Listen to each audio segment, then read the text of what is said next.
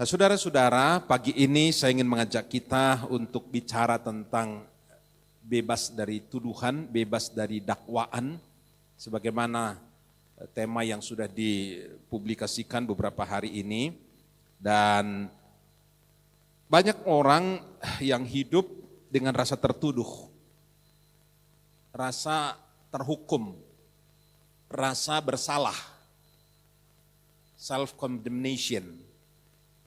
Ada orang yang jalani hidupnya ini dengan perasaan tertekan, perasaan yang selalu dihakimi. Walaupun dia sudah bertobat, walaupun dia sudah percaya kepada Yesus, walaupun dia sudah menerima pengampunan, sudah lahir baru, tetapi dia tetap hidup di dalam tekanan. Dia tetap hidup di dalam rasa terhukum. Padahal saudara-saudara ada banyak penyakit yang serius disebabkan oleh karena tekanan-tekanan yang seperti ini. Ada banyak penyakit yang bermunculan disebabkan oleh karena atau dipicu oleh karena rasa bersalah, rasa tertekan, rasa dihakimi, rasa dituduh. Ya, saudara-saudara, misalnya ada orang menjadi minder. Dia minder oleh karena ditekan rasa bersalah. Ada lagi merasa malu berlebihan. Ada yang merasa terhakimi terus-menerus. Rasa benci terhadap diri sendiri karena gagal memenuhi standar Allah. Gagal untuk menjalani hidup kudus. Ada orang yang mengalami emosi yang berubah-ubah, tidak stabil. Ada yang kemudian menjadi stres, bahkan depresi, oleh karena dituduh perasaan sendiri. Ada yang selalu merasa letih, sakit kepala yang kronis, berkepanjangan, berbulan-bulan tiap hari sakit kepala. Tidak tahu apa sebabnya. Ada yang kemudian merasa terus-menerus dikritik, diawasi oleh orang lain. Terus-menerus mengkritik dosa dan kekurangan orang lain juga. Nah, saudara-saudara, rasa tertuduh itu mengakibatkan ketakutan, rasa takut mengakibatkan gejala penyakit yang saya sudah sebutkan tadi. Jadi mulainya ialah rasa tertuduh. Karena dia tertuduh lalu dia takut. Takut mengecewakan orang, takut mengecewakan Tuhan, takut berbuat sesuatu, lalu muncullah penyakit yang bermacam-macam itu. Nah, menurut kita yang perlu diobati yang mana? Penyakitnya atau penyebabnya?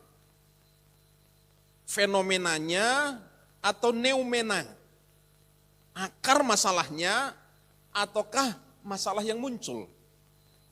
Jadi seringkali saudara-saudara sekalian, jenis-jenis penyakit yang saya sebutkan tadi, ya minder, ya merasa malu berlebihan, merasa dihakimi, benci terhadap diri sendiri, perasaan yang berubah-ubah, kemudian stres, depresi, sakit kepala yang kronis, menghakimi diri sendiri, segala macam itu penyakit. Itu yang harus diobati, pergi ke dokter, pergi ke psikiater, pergi ke psikolog, ataukah rasa tertuduh, rasa bersalah yang harus diselesaikan. Ya, saya beritahu saudara-saudara, kalau menyelesaikan gejalanya, simptomnya, menyelesaikan fenomenanya, itu butuh waktu berbulan-bulan, butuh dana besar sekali. Tapi kalau kita selesaikan rasa tertuduhnya saja, rasa dihakimi, sekali saja. Mungkin cuma 3-4 menit, 5 menit, selesai.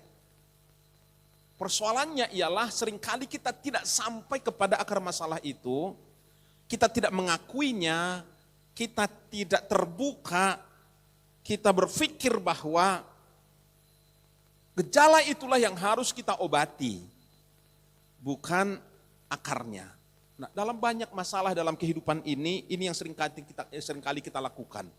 Kita selalu sibuk menyelesaikan gejalanya, fenomenanya, simptomnya itu, tapi kita lupa mencari akar masalah, kita lupa menyelesaikan akar masalah. Saudara-saudara, energi kita tersita, emosi kita tersita, waktu kita tersita untuk menyelesaikan fenomena yang muncul di permukaan. Padahal persoalan yang kita hadapi yang sesungguhnya bukan itu, melainkan rasa tertuduh, rasa terhakimi, rasa didakwa.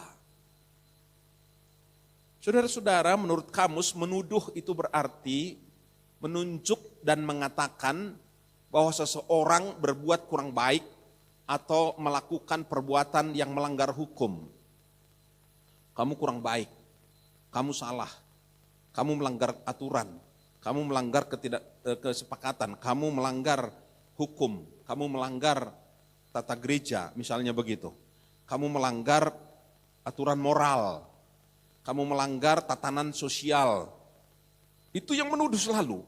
Coba menunjuk, coba mengatakan bahwa kita berbuat yang kurang baik, berbuat yang melanggar hukum. Atau kita menuduh orang, dia berbuat tidak baik, dia melanggar hukum. Dan perasaan itu yang menghantui banyak orang, termasuk orang Kristen. Dia jaga hidupnya, dia jaga sedemikian jangan sampai berbuat salah. Konsentrasinya ialah supaya tidak berbuat salah, tidak berbuat dosa. Konsentrasinya ialah supaya tidak ada cacat celah dalam hidupnya. Tapi dia ladeni itu berarti dia meladeni rasa bersalahnya, rasa tertuduhnya.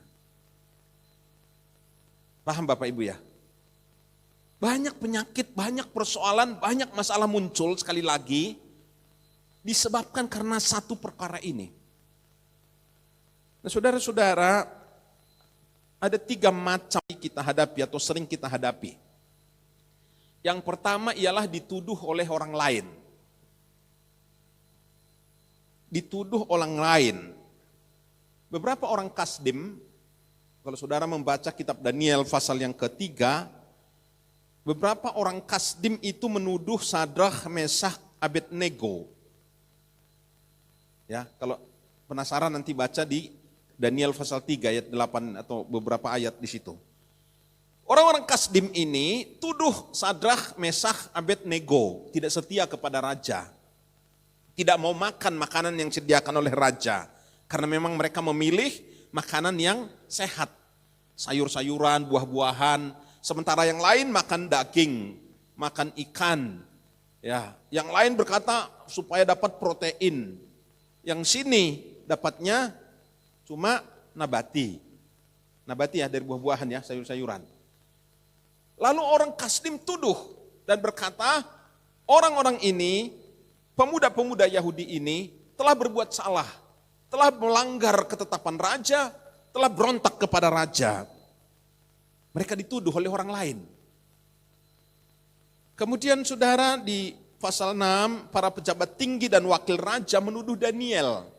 Waktu itu raja membuat aturan semua orang tidak boleh sembah ke Allahnya, hanya boleh sembah kepada raja. Tapi Daniel gak mau. Dia tiap hari pulang ke rumah sembayang 3 kali. Ya, orang Israel itu dulu wajib sembayanginya itu cuma 3 kali. Walaupun ada sebenarnya sembayang lain 18 kali sehari. Jadi orang lain diminta supaya sembayang itu ya 18 kali. Tapi yang wajib itu 3 kali. Nah, ada saudara kita yang lain menjadikannya menjadi beberapa kali gitu ya.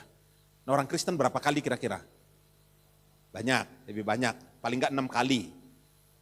Nah, bangun tidur, makan pagi, makan siang, makan malam, mau tidur lagi. 5 kali.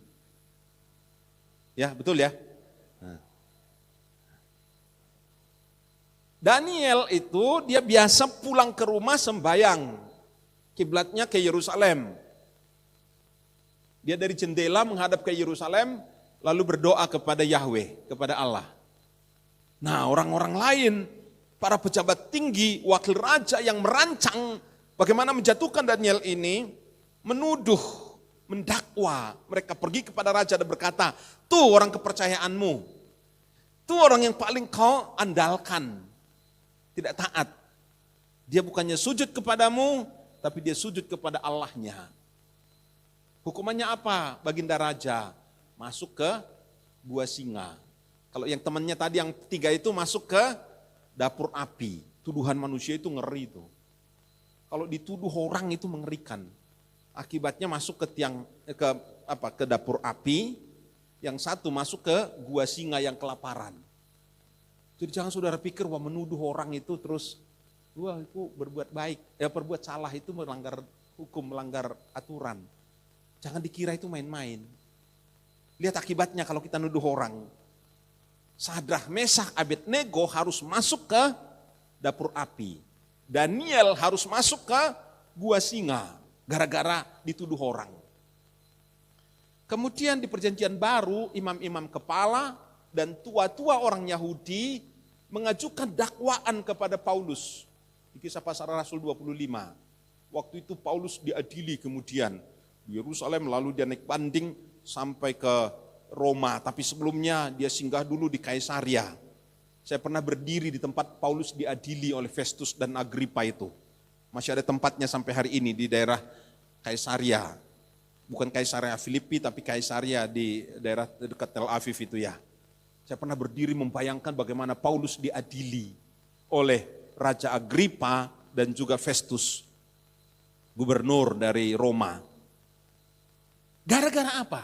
Gara-gara dituduh oleh orang lain, oleh rohaniwan, imam-imam kepala dan para penatua. Bayangkan saudara, dituduh oleh imam-imam dan penatua. Nuduh Paulus. Akibatnya dia harus menghadapi pengadilan sampai ke Mahkamah Agung di Roma. Karena tuduhan. Dituduh orang lain itu mengerikan sebenarnya saudara-saudara. Padahal seringkali kita saling menuduh ya. Halo? Jemaat menuduh temannya, jemaat nuduh majelisnya, pendeta nuduh pendeta lain, majelis nuduh pendeta lain. Kita saling tuduh, saling mendakwa, saling berkata, oh dia berbuat salah, dia melanggar hukum, dia melanggar aturan. Tapi itu sebenarnya mengerikan. Yang kedua, tuduhan itu datang dari mana? Selain dari orang lain, yaitu dituduh oleh hati kita sendiri. 1 Yohanes 3 ayat 19b sampai 21 berkata demikian. Demikian pula kita boleh menenangkan hati kita di hadapan Allah. Saya dapat ayat ini ketika di jalan tol pulang ke Semarang, Michelle setir, lalu saya baca-baca ayat di sebelahnya. Ketemu ayat ini. Dan ketemu tema ini, mulainya dari sini saudara, tema ini muncul. Demikian pula kita boleh menenangkan hati kita di hadapan Allah. Sebab jika kita dituduh olehnya, oleh hati kita sendiri, Allah adalah lebih besar daripada hati kita, serta mengetahui segala sesuatu. Saudara-saudaraku yang kekasih, jikalau hati kita tidak menuduh kita, maka kita mempunyai keberanian percaya untuk mendekati Allah. Banyak orang yang sengsara hidupnya karena hatinya menuduh dirinya. Paham ya? Karena pernah berbuat curang, pernah berbuat salah, mungkin mengambil haknya orang, mungkin dia agak tipu-tipu sedikit, mungkin dia agak curang sedikit, mungkin dia lakukan kesalahan-kesalahan yang orang lain tidak tahu, tetapi hatinya tahu. Dan dia dihantui oleh perasaan itu, oleh rasa tertuduh itu. Kita dituduh oleh hati nurani kita, oleh suara hati kita. Kita diingatkan tentang kesalahan kita di masa lalu, tentang dosa-dosa yang kita lakukan di masa lalu. Contoh konkret misalnya ada orang yang pernah menggugurkan kandungan. Beberapa tahun yang lalu karena belum siap punya anak. Karena mungkin bertengkar, karena segala macam alasan, lalu menggugurkan kandungan, ada yang gagal, ada yang berhasil. Karena gagal dia lihat pertumbuhan anaknya nggak baik dan itu menghantui dia selama bertahun-tahun. Atau ada orang yang melakukan kesalahan-kesalahan, saya tidak sebut satu persatu, di masa lalu selalu menghantui. Bangun tidur yang diingat kesalahan masa lalu. Ketika dia mau berdoa dia ingat kesalahan masa lalu.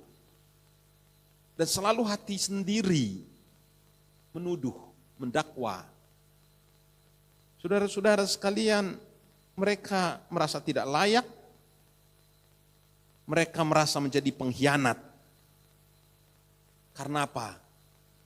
Dosa masa lalu, kesalahan masa lalu dituduh terus-menerus oleh hati nurani. Bukan oleh yang lain tapi diri sendiri, karena orangnya tidak tahu.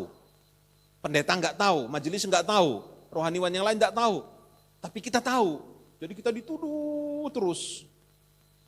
Mungkin dulu mencurangi suami gitu ya, enggak setia pada suami, enggak setia pada istri, diingatkan terus oleh hati sendiri. Kemudian yang ketiga, dituduh oleh setan, oleh iblis. Ini yang paling mengerikan. Di Sakaria 3 ayat 1, di sana dikatakan iblis mendakwa imam besar. Bayangkan saudara, imam besar Yosua, imam loh ini, bukan jemaat biasa.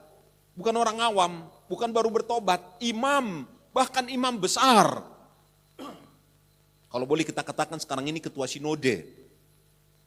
Iblis mendakwa imam besar yang bernama Yosua. Padahal waktu itu dia sedang berdiri di hadapan malaikat Tuhan.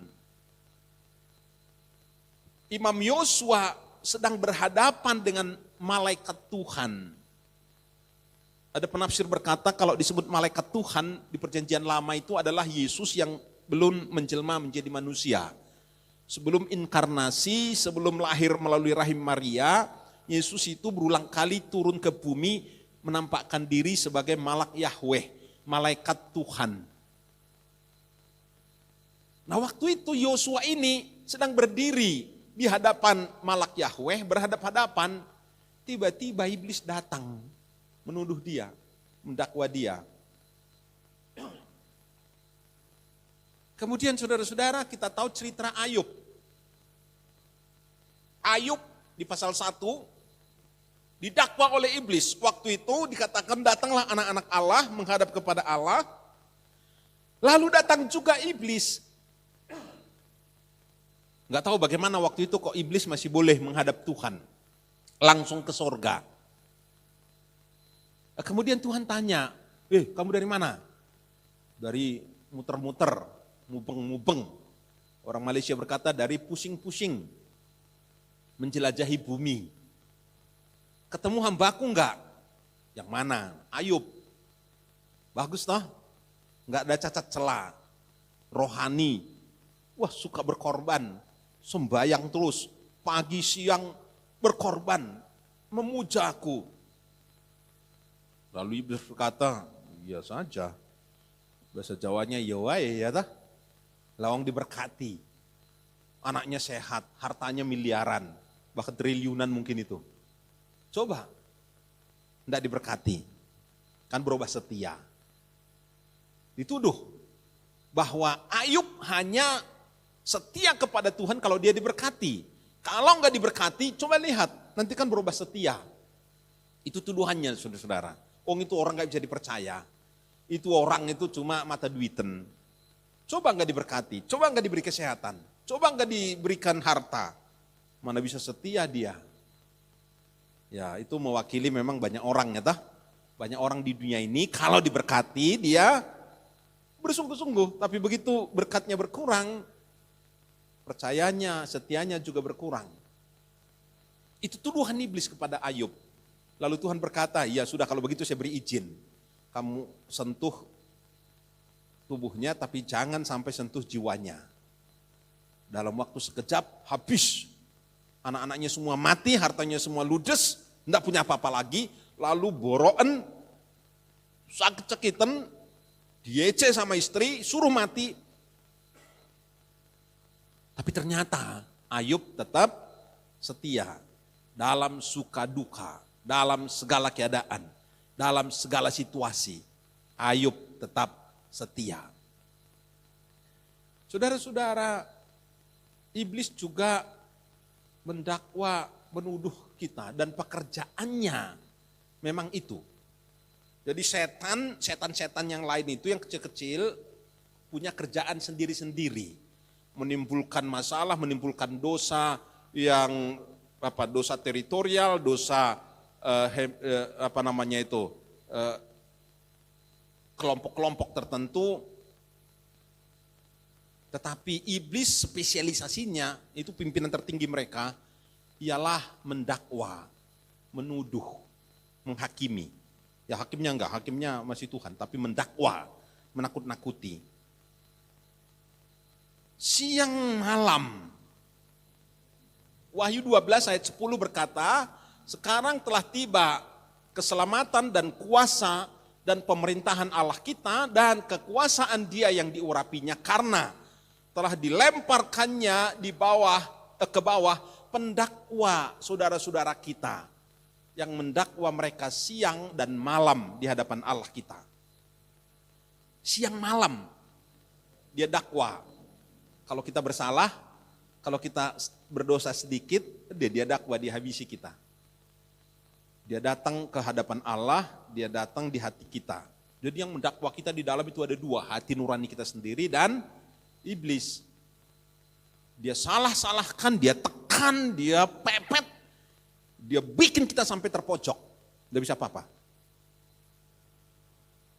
Ya. Tapi ada orang yang sifatnya kayak iblis ya. Bikin orang lain sampai kepepet, suami sampai kepepet, istri sampai kepepet, orang tua, anak-anak sampai kepepet, teman-teman sampai kepepet, dituduh, didakwa terus, dipojokkan terus. Bola kok persis sama iblis ya.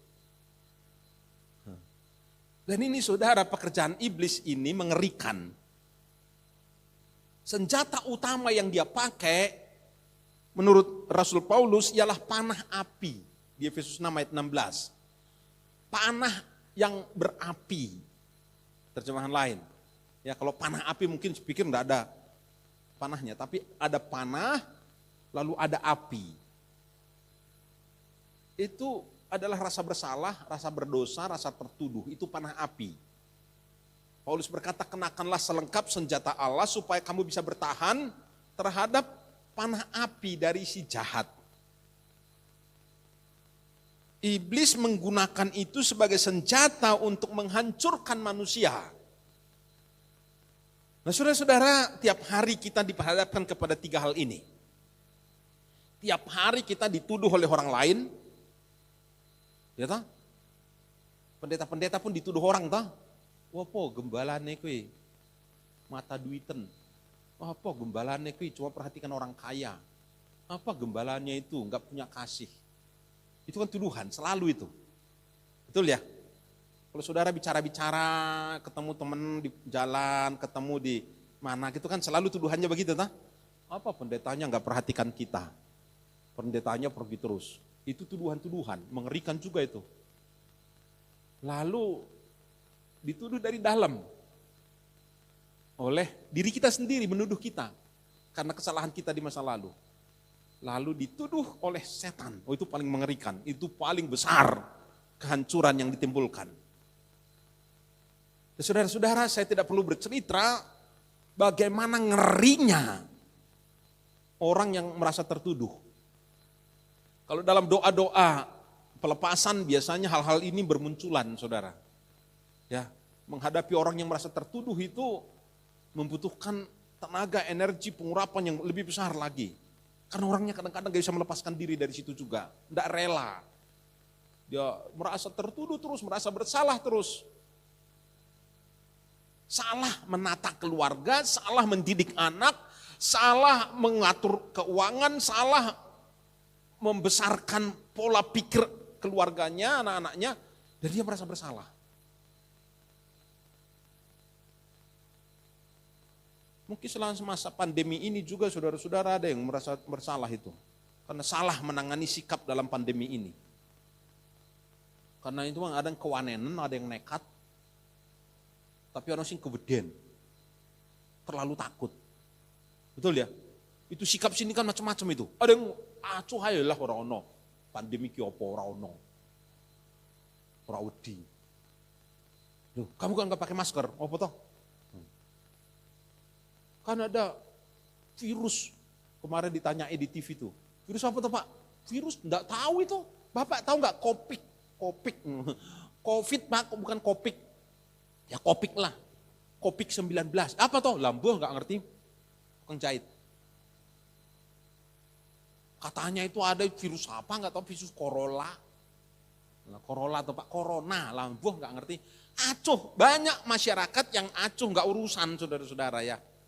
Suruh pakai masker nggak mau, apalagi suruh pakai face shield itu tambah sengsara. Nggak ada itu virus, memangnya ada toh? Nggak ada, itu kan konspirasi. Itu kan bikinan orang supaya nanti bikin vaksin laku. Tapi yang lain berkata, jangan macam-macam loh. Ada sungguh. Itu dokter-dokter, perawat-perawat itu melihat pasien-pasien mengerikan. Selalu wanti-wanti, jangan meremehkan. Jangan anggap enteng. Jangan macam-macam. Wah, lalu ketakutan. Ada yang terlalu takut, ada yang acuh. Ya. Terus ada yang karena sikapnya begitu, akhirnya dituduh dia oleh rasa bersalah, rasa berdosa. Nah saudara-saudara, kalau itu terjadi, bagaimana jalan keluarnya? Ini poin kita yang kedua.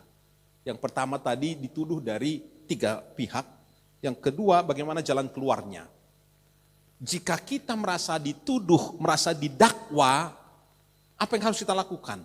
Yang pertama saudara, kalau yang menuduh itu orang lain, kalau dituduh oleh orang lain, apa yang harus kita lakukan? Ada 2 hal yang harus kita lakukan. Yang pertama, usahakan agar orang lain tidak menemukan kesalahan, kelemahan kita. Ahli Taurat dan golongan Farisi yang mendakwa Paulus itu tadi, sama sekali tidak menemukan sesuatu yang salah pada Paulus. Demikian Kisah Rasul 23 ayat 9. Jadi berusaha, walaupun tidak mungkin ya, pasti ada yang salah dalam diri kita, toh? Tapi berusahalah seminimal mungkin meminimalisasi kesalahan yang ada pada kita. Ya, tadi orang-orang Kasdim tuduh Sadrah, Mesak, Abednego, mereka sebenarnya juga nggak ketemukan. Wakil raja, para pembesar, para pejabat istana tuduh Daniel, mereka juga nggak ketemukan. Walaupun awal-awal terpaksa harus masuk ke dapur api atau ke lubang singa, tapi nggak ditemukan. Nah kita harus berusaha sedemikian rupa, jangan sampai orang berkata, lah itu salahmu, itu dipetani betul, dihitung betul. Berusaha jangan sampai orang lain menemukan, lah kowe tukang ngamuk, lah kowe tukang tersinggung, lah kowe egois, lah kowe. Nah berusaha, walaupun sekali lagi tidak mungkin kita sempurna. Betul ya? Tapi berusahalah seminimal mungkin, itu jalan keluarnya. Paulus didakwa, tapi sampai Festus pun geleng kepala. Agripa ditanyai, salahnya apa toh? Gua nggak tahu, cuma mereka kemarin teriak-teriak. Sebenarnya ya tidak perlu dia diadili, tapi karena dia naik banding, ya sudah saya bawa ke sini, kata Raja Agripa. Lalu Festus berkata, saya nggak menemukan apa yang salah pada dia. Terus gimana Paulus? Paulus berkata, aku tetap harus ketemu Kaisar. Tapi berusaha, jangan sampai ditemukan orang hal-hal yang cela di dalam kita. Yang kedua, doakanlah orang yang menuduh kita. Mazmur 109 ayat 4 berkata, sebagai balasan terhadap kasihku, mereka menuduh aku, sedang aku mendoakan mereka. Wah, angel ya. Kalau biasanya kita dituduh orang, paling enggak minimal kita akan berkata, asem tenan. Betul ya? Bahkan anak-anak muda sekarang, betul enggak? Itu sikap minimal kita. Kalau kita disalahkan orang, dituduh orang, didakwa orang, lalu paling enggak kita berkata dalam hati atau bicara, wah asem tenan. Lalu ada yang ekstrim berkata, urus, beresin, lawan.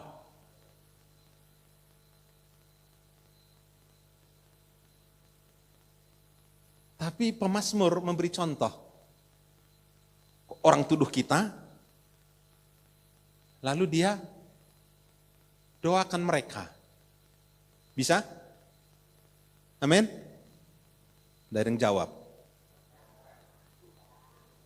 Orang menuduh kita, nyalah-nyalahkan kita, nuding-nuding kita. Orang lain cuma berkata, kamu jangan tuding dia dong. Itu kan seperti ini. Kamu nuduh dia 1, kamu nuduh dirimu 3. Kamu nuduh ke Allah 1. Kalau gitu kan, kalau kita mendakwa, mentuduh orang, memang orang berkata, yang kamu tuduhkan itu cuma 1 jari ke orang itu, ke arahmu ada 3 jari, ke surga ada 1 jari. Jadi janganlah menuduh, paling begitu saja nasihatnya kan. Tapi tetap aja orang menyerang kita. Inilah, itulah, itu salahnya ini, dosanya ini, perbuatan tidak baiknya ini, segala macam. Pemazmur enggak sibuk ngurusi mereka, dia berkata, aku doakan mereka. Simpel toh? Mengatasi tuduhan dari orang lain 2 hal itu saja. 1, berusahalah supaya mereka tidak berhasil menemukan apa yang salah. Lalu yang kedua, belajar berdoa dengan rela, bukan berdoa dengan hati yang panas. Dengan berkata, aku doakan, bales orang itu, biar ciloko, biar rasake. Nah, ada yang begitu kan doanya. Tuhan tahu kan hasilnya, betapa sakitnya hati ini. Tuhan tahu kan betapa ngerinya tuduhan itu. Aku berdoa, cilaka. Enggak, doanya itu doa memberkati. Apapun tuduhannya, pemazmur nulis, aku mendoakan mereka, memberkati mereka. Supaya hal-hal baik muncul dalam diri orang itu. Ya, kalau kita nggak bisa lakukan hal ini saudara, itu tuduhan tidak pernah berhenti. Dan kita akan terganggu terus. Yang kedua, apa yang kita lakukan kalau kita dituduh oleh diri kita sendiri? Ya, kalau dituduh oleh hati sendiri, cuma 1, tenangkanlah hatimu. Ayat 19 bagian B tadi berkata dalam 1 Yohanes 3 itu, demikian pula kita boleh menenangkan hati kita di hadapan Allah. Jadi jangan salahkan orang, jangan suruh orang, tapi kita tenangkan. Hai jiwaku, tenanglah. Dimasmurkan juga gitu ya. Dia nangis, siang nggak bisa makan, malam nggak bisa tidur karena dosanya. Ya, ketika Daud berdosa itu mengambil Betsheba itu, dia sengsara. Lalu dia berkata kepada jiwanya, mengapa engkau gelisah hai jiwaku, berharaplah kepada Allah. Tenanglah jiwaku, tenangkan dirimu. Caranya bagaimana saudara menenangkan hati kita? Sadari bahwa Allah adalah lebih besar daripada hati kita. Tadi saya berdoa, pengampunan Allah lebih besar daripada segala dosa kami. Karena ayat ini berkata, kalau kita dituduh oleh hati kita sendiri, kita boleh menenangkan hati itu karena apa? Karena kita punya Allah yang jauh lebih besar daripada hati kita. Jikalau hati kita tidak lagi menuduh kita, maka kita akan berani mendekat kepada Allah.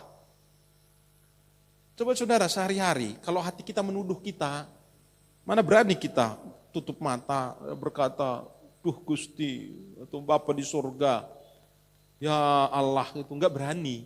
Mau memohon itu enggak berani. Banyak orang Kristen enggak berani berdoa. Berdoa, loh alasannya, doa apa lagi Pak, ngaku sudah diberkati terus kok Pak. Lo enggak usah harus minta, doa itu kan tidak harus minta. Doa itu cuma menghadap, Bapakku datang. Ya, kenapa, enggak apa-apa. Pingin ngobrol. Salahnya selama ini, anggar datang, merem. Bapak, jelu. Bapak minta apa meneh? Minta sehat, yo. Minta kaya, yo.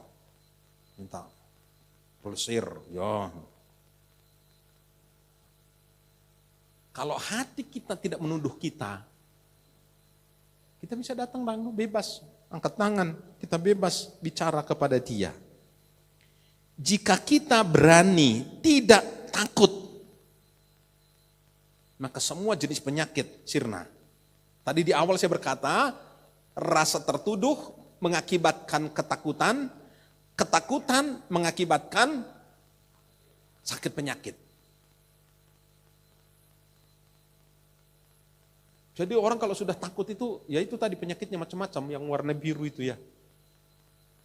Sekali lagi saya nggak tahu, saudara ngalami ini nggak? Minder itu ketemu orang itu selalu pegang rambut lah, pegang kuping lah, pegang hidung lah, benek ke baju lah, benek ke kerah, itu tandanya orang minder. Natap orang nggak berani, ngomong itu selalu gini. Lah pentelangi gitu loh. Kadang-kadang mentelangi istri aja nggak berani. Orang melotot, marah berani. Tapi kalau pentelangi mesra gitu nggak berani. Kenapa? Salah. Bapak-bapak berani lihat mata istri?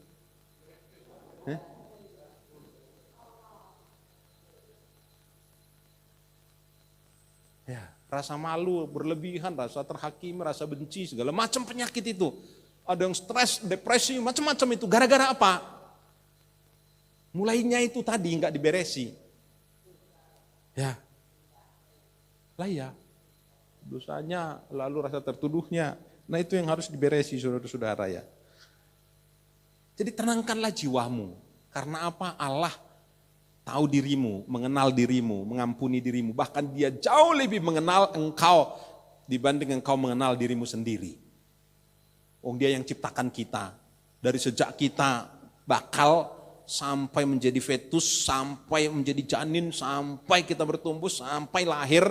Dia yang bentuk seluruh hidup kita, dia yang taruh jiwa, roh dalam kita, dia yang tempatkan semua, dia tahu pertumbuhan kita, dia ngerti persis siapa kita sampai ke bawah sadar.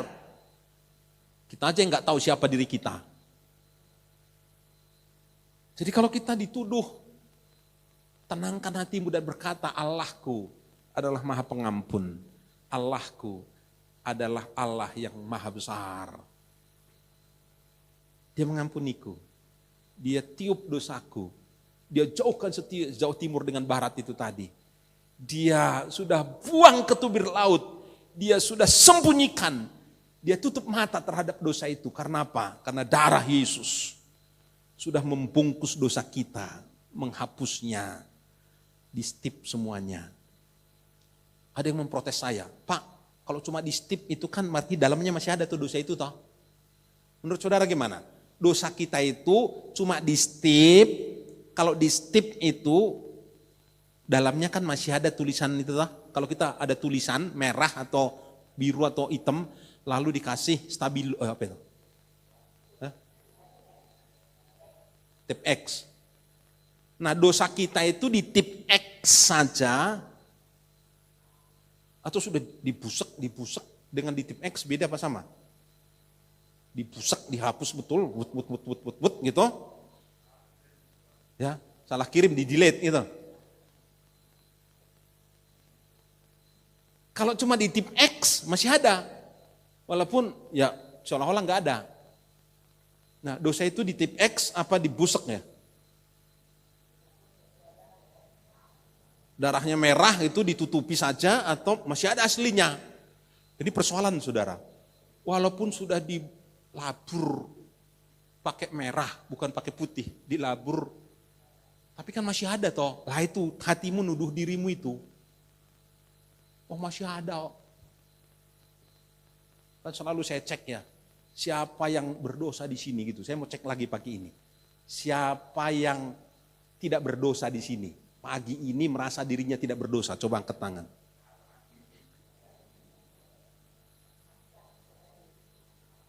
Pur, ibu. Yang bilang saudara berdosa siapa? Halo? Ya?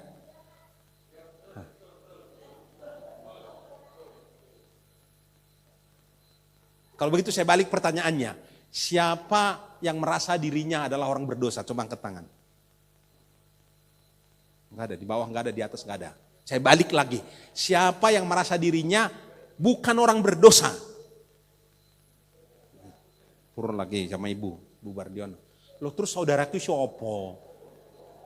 Orang berdosa bukan, orang tidak berdosa ya bukan. Terus saudara itu siapa?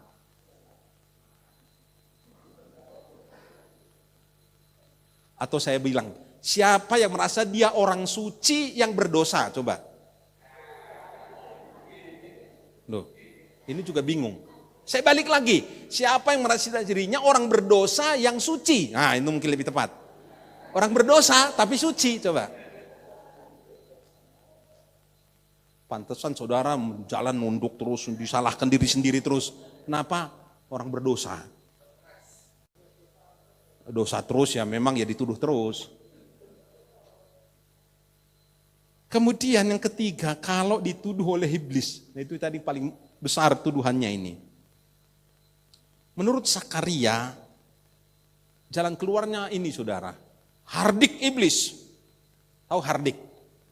Di hardik itu digetak itu loh. Getak itu iblis.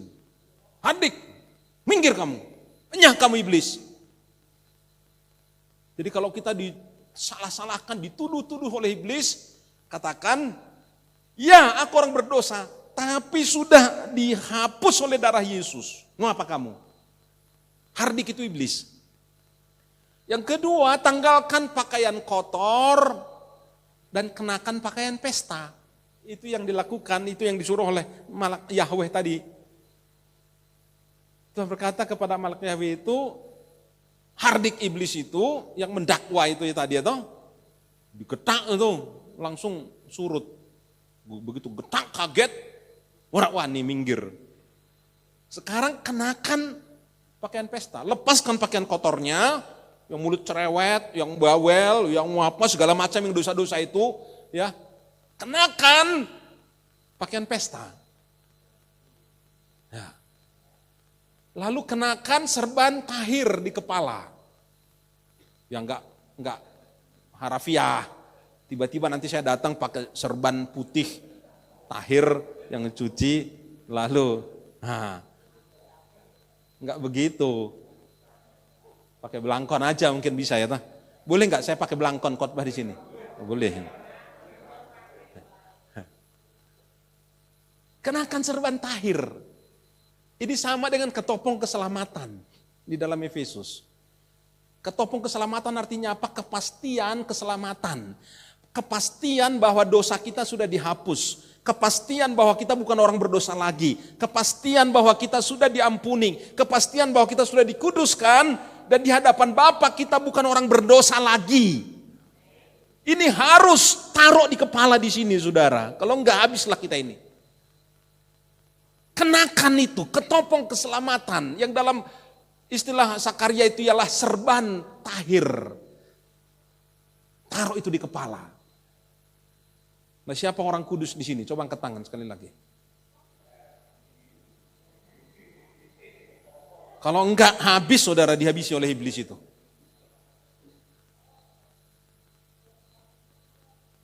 Loh, yang bilang kita orang kudus itu bukan kita, yang bikin kita orang tahir, yang bikin kita orang suci itu bukan kita. Tetapi hakim yang agung itu, Bapa di sorga, dia yang berkata, orang ini orang benar, orang ini orang kudus. Makanya Alkitab panggilan jemaat itu jemaat baru bertobat loh saudara. Bukan orang lama seperti kita, baru bertobat itu. Tapi penulis Alkitab berkata, saudara-saudaraku, orang-orang kudus. Kepada orang-orang kudus. Di Galatia, di Efesus, di Filipi, dan segala macam itu. Dan orang GIA Klaten juga adalah orang-orang kudus. Amin, yang enggak niat juga. Sekali lagi yang menyatakan seseorang bersalah apa enggak, itu bukan orang itu, bukan jaksa penuntut umum, bukan pengacara. Yang mengatakan seseorang itu salah apa benar adalah hakim. Nah, hakim kita sudah berkata, saudara itu suci, saudara itu kudus, saudara itu sudah diampuni.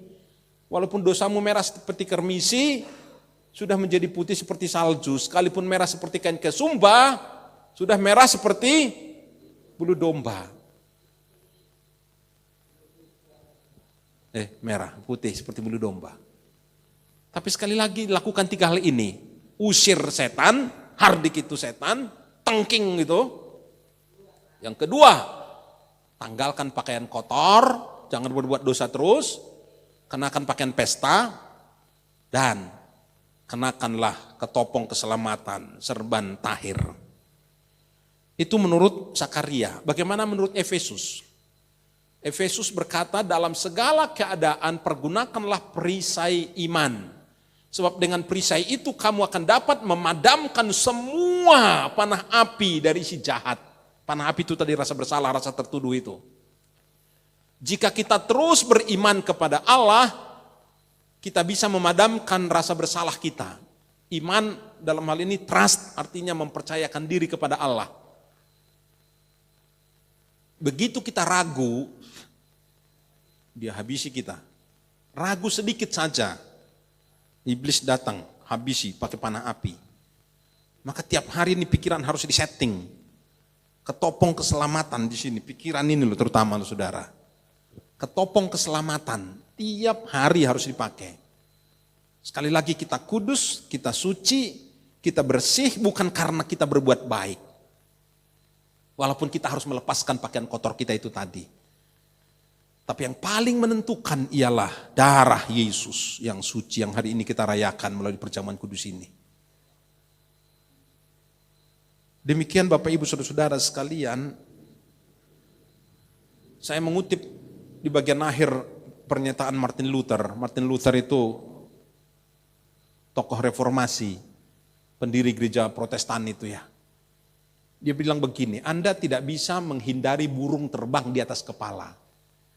Tapi Anda bisa mencegah burung itu untuk tidak bikin sarang di atas kepalamu. Kita tidak bisa menghindari tuduhan dari orang, dari hati kita, dari setan. Tapi kita bisa mencegah tuduhan itu bikin sarang di atas kepala kita. Jangan sampai dia bersarang di sini menguasai kita, melumpuhkan hidup kita. Bangkit dari keadaan. Apapun masalahmu di masa lalu, apapun dosamu, apapun kesalahanmu. Salah langkah, salah tingkah, salah pola, salah apalah.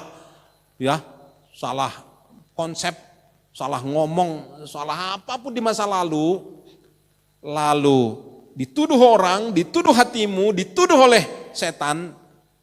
Katakan darah Yesus lebih besar daripada segala-galanya.